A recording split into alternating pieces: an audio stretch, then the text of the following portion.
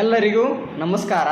ಇವತ್ತಿನ ಮಾಹಿತಿ hyper tension ಅಂದರೆ BP ಜಾಸ್ತಿಯಾದರೆ ಆಗುವಂತಹ ಸಮಸ್ಯೆಗಳು. ನಿಮಗೆ BP ಬಂದರೆ ಮೊದಲನೆಯದು ಹೆದರಬಾರದು. ಯಾಕೆಂದರೆ ನೀವು ಎಷ್ಟು ಹೆದರ್ತೀರಾ ಅಷ್ಟು ನಿಮ್ಮ BPಯ ಪ್ರಮಾಣ ಇನ್ನಷ್ಟು ಜಾಸ್ತಿಯಾಗುತ್ತದೆ. ಅದಕ್ಕಾಗಿ BP ಬಂದರೆ ವೈದ್ಯರ ಸಲಹೆ ಮೇಲೆ ಮಾತ್ರೆಗಳನ್ನು ಶುರು ಮಾಡಬೇಕು. ಇಲ್ಲ ನಮಗೆ BP ಹೆಚ್ಚಿಗೆಯಾದರೆ ಯಾವ ಸಮಸ್ಯೆಗಳು ಉಂಟಾಗುವುದಿಲ್ಲವೆಂದು ನೀವು ಸುಮ್ಮನೆ ಇದ್ದರೆ ತಲೆನೋವು, ಚಕ್ಕರ ಬರುವುದು, ವಾಂತಿಯಾಗುವುದು, ಜೋಲಿ ಹೋಗುವುದು ಮತ್ತು ಕೆಲವೊಮ್ಮೆ ನಿಮ್ಮ ಹಾರ್ಟಿನ ಮೇಲೆ ಕೂಡ ಪ್ರಭಾವ ಬೀಳುತ್ತದೆ. ಇದು ಅಷ್ಟೇ ಅಲ್ಲದೆ ನಿಮ್ಮ ತಲೆಯ ಯಾವುದೇ ಭಾಗದಲ್ಲಿಯೂ ರಕ್ತ ಹೆಪ್ಪುಗಟ್ಟುವಿಕೆ ಅಂದರೆ ಸ್ಟ್ರೋಕ್. ಇದು ಅಷ್ಟೇ ಅಲ್ಲದೆ ನಿಮ್ಮ ತಲೆಯ ಭಾಗದಲ್ಲಿ ರಕ್ತಸ್ರಾವ ಅಂದರೆ ಹೆಮ್ರೇಜ್ ಆಗುವ ಸಂದರ್ಭವಿರುತ್ತದೆ. ನಿಮಗೆ ಮನಃಶಾಂತಿ ಇರುವುದಿಲ್ಲ. ಅದಕ್ಕಾಗಿ ನಿಮ್ಮ BP ಕಂಟ್ರೋಲ್ ಅಂದರೆ 120/80 ಇಲ್ಲವಾದರೆ 130/90 ಈ ತರಹ ಇರಬೇಕು.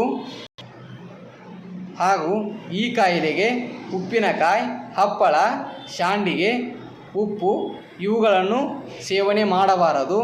ನೀವು ದಿನಾಲೂ ಸಾಧಾರಣವಾಗಿ ಮಾಡುವ ಹಾಗೆ ಆಹಾರವನ್ನು ಸೇವನೆ ಮಾಡಿ.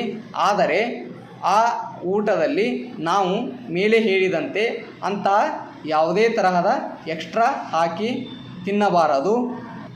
ಈ ತರಹ ಆಹಾರ ಪದ್ಧತಿಯನ್ನು ನೀವು ದಿನಾಲೂ ರೂಢಿ ಮಾಡಿಕೊಳ್ಳಬೇಕು. ಹೀಗೆ ಮಾಡಿದರೆ ನಿಮ್ಮ BPಯ ಪ್ರಮಾಣ ಎಷ್ಟೇ ಜಾಸ್ತಿ ಇದ್ದರೂ ಕಂಟ್ರೋಲ್ ಅಂದರೆ ನಾರ್ಮಲ್ ಆಗಿ ಇರುತ್ತದೆ. ಹಾಗೂ ನಿಮ್ಮ ಆರೋಗ್ಯಕ್ಕೆ ಯಾವುದೇ ರೀತಿಯಾದ ಸಮಸ್ಯೆಗಳು ಉಂಟಾಗುವುದಿಲ್ಲ. ಮತ್ತು ದಿನಾಲೂ ಮುಂಜಾನೆ ಟೈಮ್ನಲ್ಲಿ ವಾಕಿಂಗ್ ಮಾಡಿದರೆ ನಿಮ್ಮ ಶರೀರದ ಅಂಗಾಂಗಗಳು ಕೂಡ ಗಟ್ಟಿಯಾಗಿರುತ್ತದೆ. ಇದು ಅಷ್ಟೇ ಅಲ್ಲದೆ ನಿಮ್ಮ ದೇಹ ಸದೃಢವಾಗಿ ಇರುತ್ತದೆ. ಇನ್ನು ಮೇಲೆ ಎರಡನೇ ಭಾಗ, ನಿಮ್ಮ BP ಸಡನ್ನಾಗಿ ಕಡಿಮೆಯಾದರೆ ಅಂದರೆ ಲೋ ಆದರೆ ಆಗುವಂತಹ ಸಮಸ್ಯೆಗಳು. ಬೆವರು ಬರುತ್ತದೆ, ನಿಮ್ಮ ಶರೀರವು ತಂಪಾಗುತ್ತದೆ ಮತ್ತು ತಲೆ ಕೂಡ ಚಕ್ಕರ ಬರುತ್ತದೆ, ಸುಸ್ತಾಗುವಿಕೆ, ವಾಂತಿಯಾಗುವುದು ಹಾಗೂ ಪೂರ್ತಿಯಾಗಿ ನಿಮ್ಮ BP ಕಡಿಮೆಯಾದ ಟೈಮ್ನಲ್ಲಿ ಮೂತ್ರ ಕೂಡ ಅಂದರೆ ಯೂರಿನ್ ಕಡಿಮೆ ಪ್ರಮಾಣದಲ್ಲಿ ಹೋಗುವ ಸಂದರ್ಭವಿರುತ್ತದೆ.